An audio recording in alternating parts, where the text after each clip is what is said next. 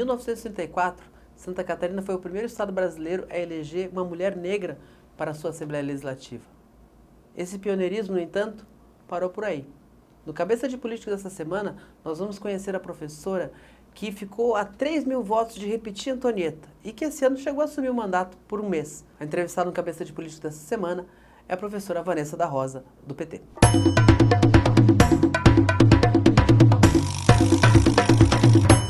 Professora Vanessa da Rosa, primeira vez aqui no Cabeça de Política, é um prazer te receber. Tua eleição chamou muito atenção porque foram 16,8 mil votos para a vaga de deputado estadual, na primeira eleição em que houve essa necessidade de um 20% do quociente eleitoral para chegar na vaga, para sentar na cadeira, e que ficou em torno de 20 mil votos. Ou seja, faltou muito pouco para o PT ter essa vaga. O PT tinha direito à quinta cadeira, mas faltou esses pouco mais de 3 mil votos.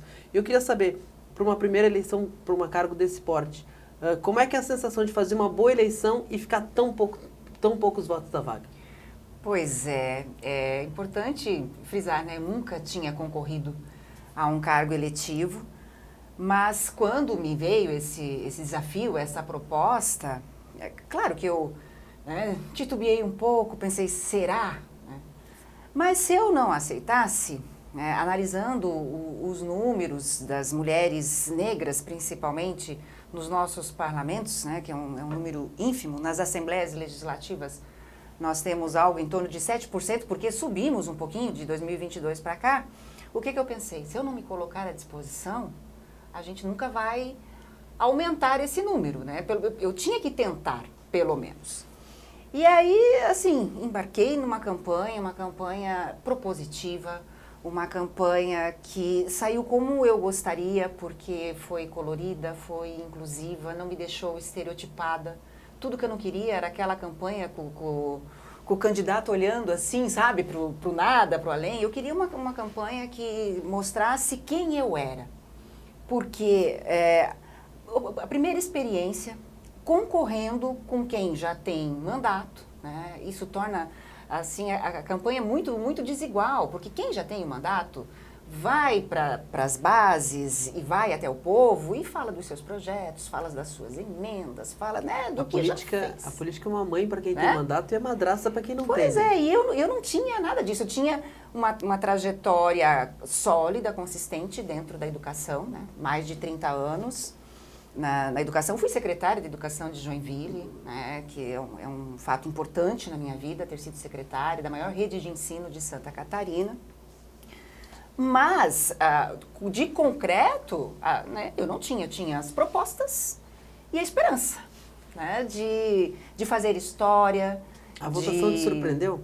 Muito, muito, muito. Eu sabia que eu tinha potencial para fazer uma votação expressiva, mas eu não sabia que tanto e que ia faltar tão pouquinho para entrar assim de prima, né? A gente vê um misto de alegria e de tristeza. A gente vê no caso do PT catarinense alguns nomes que se perpetuam e que é difícil até de competir com eles.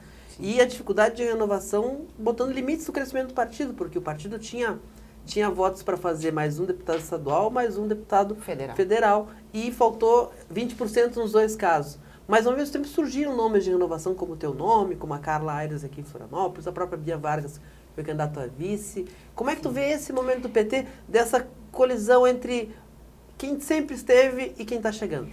Eu acho que o PT está num momento muito bom, vem numa crescente. E acho que as urnas mostraram muita coisa nessa última eleição, né? Então, quando chega a professora Vanessa da Rosa, ali na primeira suplência para a Assembleia Legislativa, quando chega Carla Aires, né, primeira suplência para a Câmara Federal, as urnas estão dizendo, né, as urnas estão dando sinais que a gente precisa renovar, né, que a gente tem que apostar em pessoas que tenham as pautas que falem mais com a comunidade, que estejam aonde está a necessidade do povo, que as pessoas se sintam representadas, sabe? Não que não haja essa representação nos parlamentares que já estão, mas a sociedade é muito dinâmica. As pessoas têm necessidades que vão mudando com o decorrer dos tempos e as nossas pautas conquistaram essas pessoas. Eu acredito que as pessoas se sentiram representadas. Uma boa parcela de Santa Catarina se sentiu representada na minha fala, na forma como eu atuei, no que eu trazia de propostas, assim como a Carla, assim como o próprio diferencial que foi Bia Vargas, né, como vice do Décio Lima. Pra ti, como mulher negra, como é que era ver a Bia Vargas no palanque do Décio? Não, eu me via nela, né? Eu me sentia representada na Bia. E assim, um inconformismo da minha parte de perceber que, poxa, sou Antonieta de Barros, em 1934, gente. A gente não pode naturalizar esse tipo de coisa, achar que é comum, que é normal, que o estado de Santa Catarina só tenha tido uma deputada estadual há quase um século atrás. Quando pensa até em termos de homens negros, né? O Sandro Silva foi suplente quando, ali nos anos 2000, depois ali por 2010, e também foi a última vez. Sim, os homens negros também são subrepresentados, mas para nós, mulheres negras, a situação é muito pior, né? A nossa representatividade é mínima. Você veja, 18% de mulheres, de uma forma geral, na Câmara Federal, 513 deputados e 9 mulheres negras.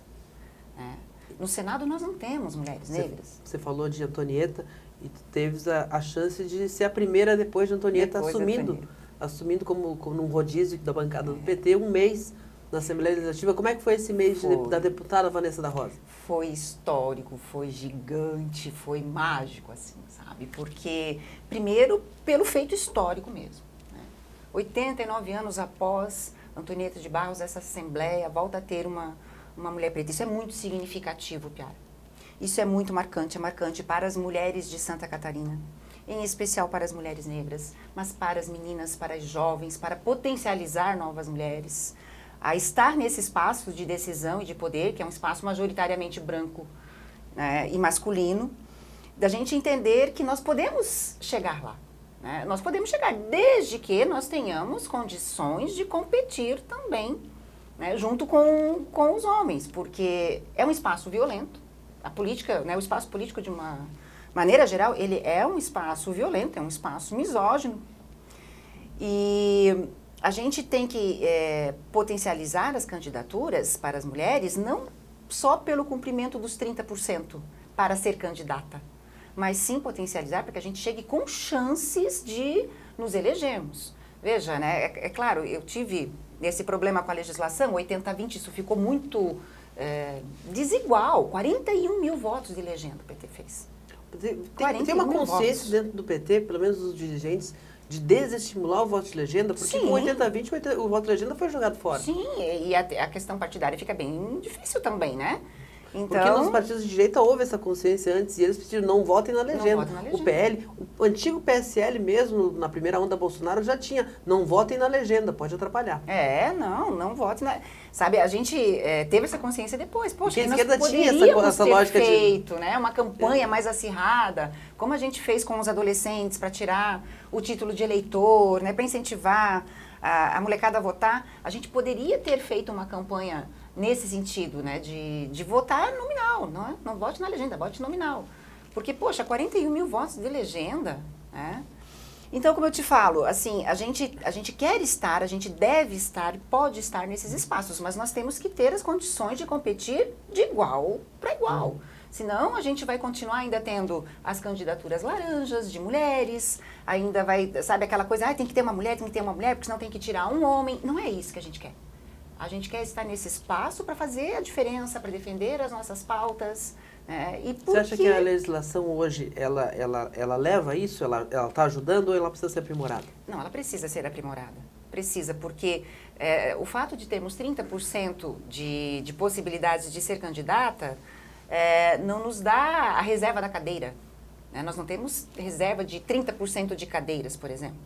E é inadmissível que um país como o Brasil, que nós somos a maioria da população, somos 52% da população, não consiga atingir nem esse índice de 30%. A gente perde, inclusive, para o Afeganistão. Tem 27% de mulheres no parlamento. A lógica de ter maioria do eleitorado e não ter isso representativo também leva à constatação de que muitas vezes é a mulher que não vota em mulher. Por que a senhora acha que acontece isso?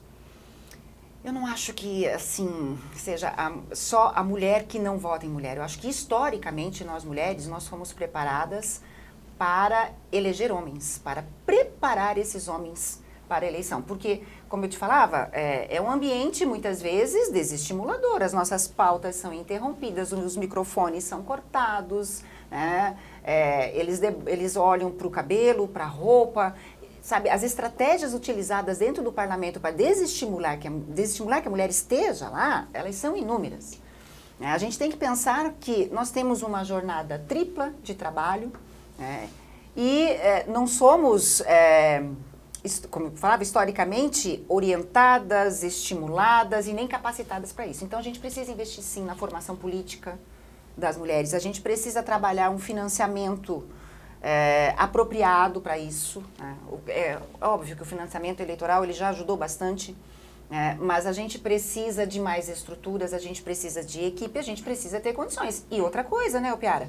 Se a gente pensar que nós temos 52% de mulheres no geral, mas temos aí pouco mais de 15% no total, entre senadoras, vereadoras, né, deputadas federais e tal, no parlamento, onde estão essas mulheres, a grande maioria dessas mulheres, principalmente as mulheres negras, como no meu caso?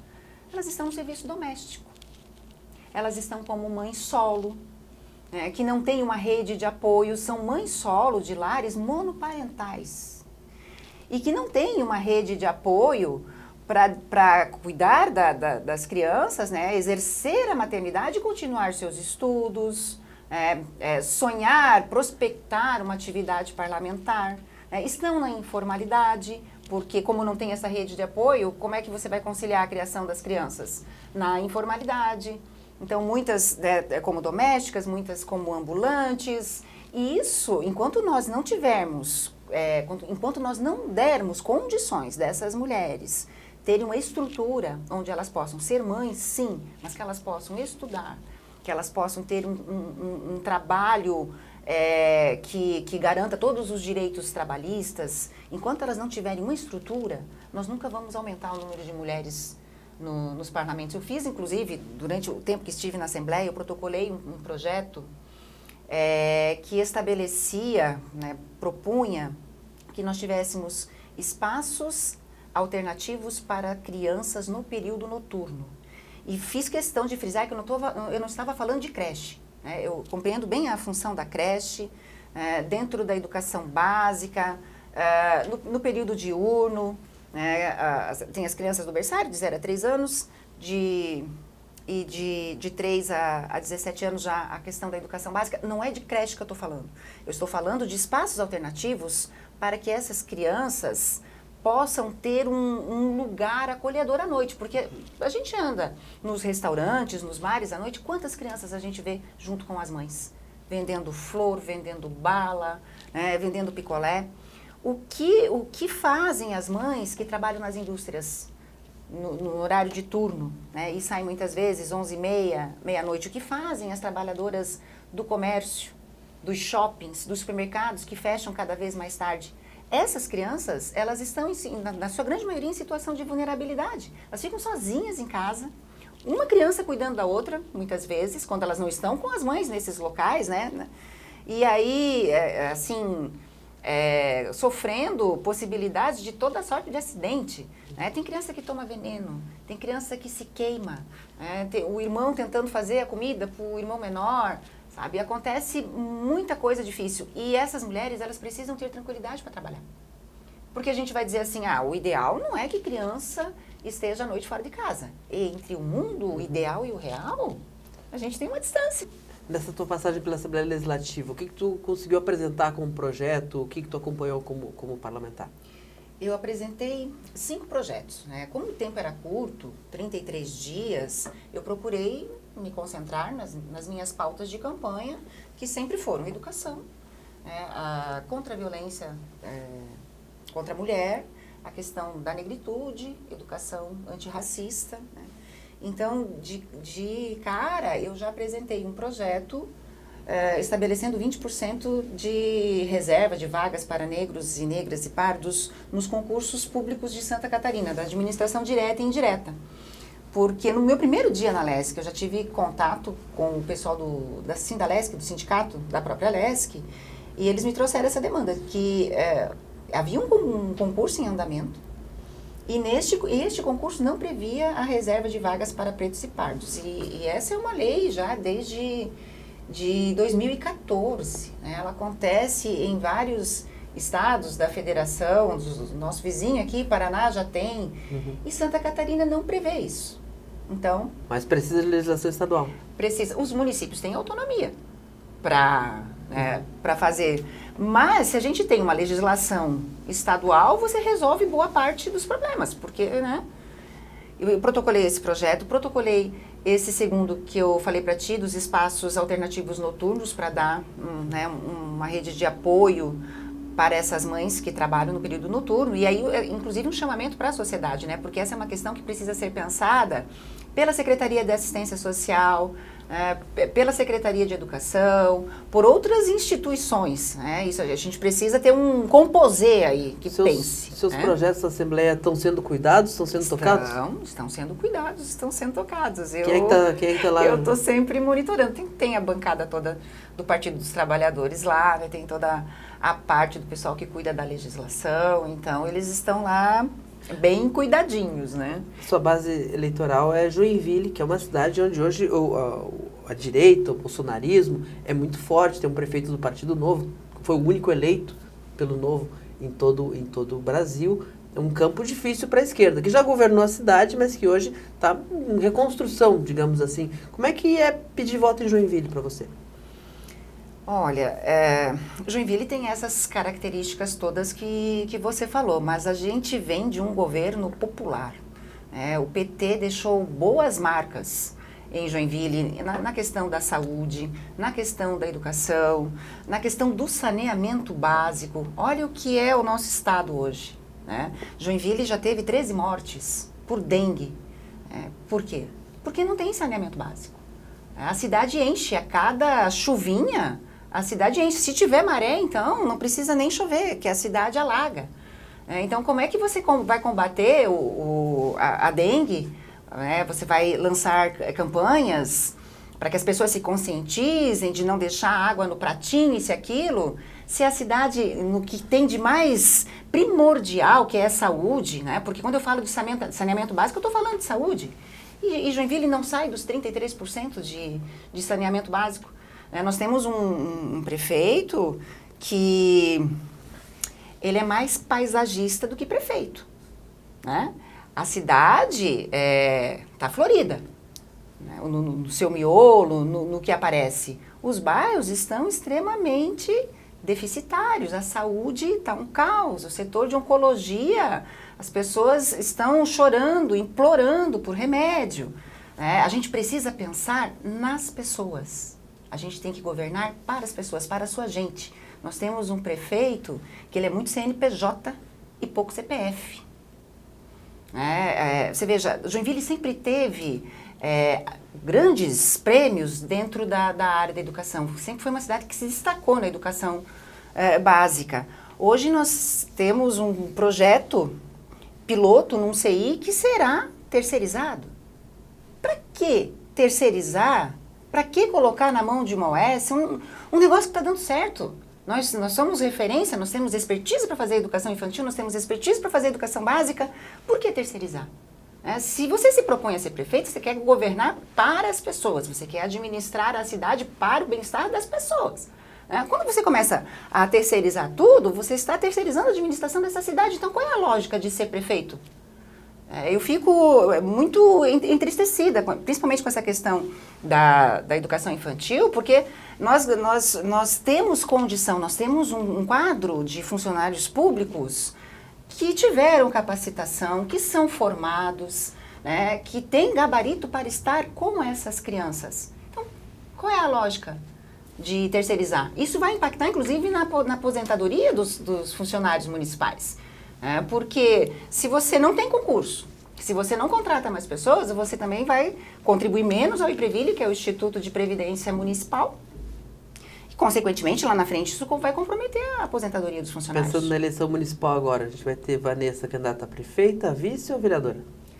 A gente pode ter Vanessa candidata a prefeita, pode ter Vanessa candidata a vereadora ou Vanessa não candidata. Vamos ver como é que ficam as circunstâncias aí. Vice não é uma opção, então? Ou vice, né? Existem todas as opções. Você Pode gostaria... ser que eu não seja candidata. Você gostaria de concorrer a prefeita? O que... Talvez. Né? Não... Tem uma discussão de construção de uma frente de esquerda, Rodrigo Borno colocou o nome pelo PSB, está com o PDT, está com o PSOL, estão chamando o PT. O PT pode apoiar Rodrigo Borno também? O que a gente precisa pensar, Piara, é que a gente tem que ter uma frente democrática forte. A gente tem que ter uma frente democrática, uma frente progressista, que tenha argumentos e condições de debater com essa extrema-direita que está chegando, com uma direita raivosa, a gente tem que ter uma frente de esquerda, uma frente democrática, progressista, forte, que consiga mostrar e dialogar com a população, mostrar quais as vantagens de um projeto político que pense nas pessoas, que pense a saúde, que pense a educação e que governe para a sua gente. Então, eu acho necessário. Se vai ser chapa pura do PT, se vai ser, de repente, um apoio, se vai ser a Vanessa candidata a prefeita, ou se nós vamos apoiar outra pessoa, ou se o candidato majoritário do PT vai ser outra pessoa, a gente ainda não definiu. Agora, é claro que é importante que o PT tenha um candidato majoritário. O PT já foi governo em Joinville, fez um excelente governo. Nós estamos no governo federal, é um partido sólido, é um partido que tem um legado, que tem o que mostrar e como dialogar com as pessoas. Isso é importante. Mas a gente tem que pensar num projeto maior também. A última pesquisa Mapa colocou, o nome do PT colocado foi do ex-prefeito Carlito Mers, fez em torno de 8% das intenções de voto, mas também uma rejeição alta, 48%. A gente pode acreditar isso ao bolsonarismo, mas também à administração dele, ou às sucessivas candidaturas. O Carlito foi candidato 7 vezes. Mas se você pensar que nesta pesquisa tem o atual prefeito e o ex-prefeito Carlito, os outros todos não foram testados. Então, os outros todos não vão ter rejeição. Quem foi testado como prefeito foi o Carlito, e o Carlito fez uma administração excelente. O Carlito cuidou das pessoas, o Carlito cuidou da saúde. Nós inauguramos várias escolas, nós inauguramos CIs, a Casa Mata do Hospital São José, que foi um equipamento fundamental no tratamento do câncer, estação de tratamento d'água, fez o Parque da Cidade, investiu em saneamento básico, e depois do Carlito não teve mais investimento em saneamento básico. Por que a senhora acha que não há esse reconhecimento? Eu acho que há esse reconhecimento, sabe? Eu acho que há. Mas acho também que, assim, tem a direita usa uma dinâmica sedutora, né? Às vezes, a maquiagem, o que é feito por cima, o buraco que só foi tapado com uma casquinha ali de asfalto, ele causa mais impacto do que uma obra, por exemplo, que é por baixo da terra. A esquerda tem que reaprender a seduzir? Talvez comunicar melhor. Investir mais na comunicação. Bom, Vanessa, professora Vanessa, muito obrigado pela presença aqui no Cabeça de Político. Certamente a primeira entrevista de muitas, e boa sorte na sua trajetória. Imagina, obrigada. Eu que agradeço a oportunidade de estar contigo.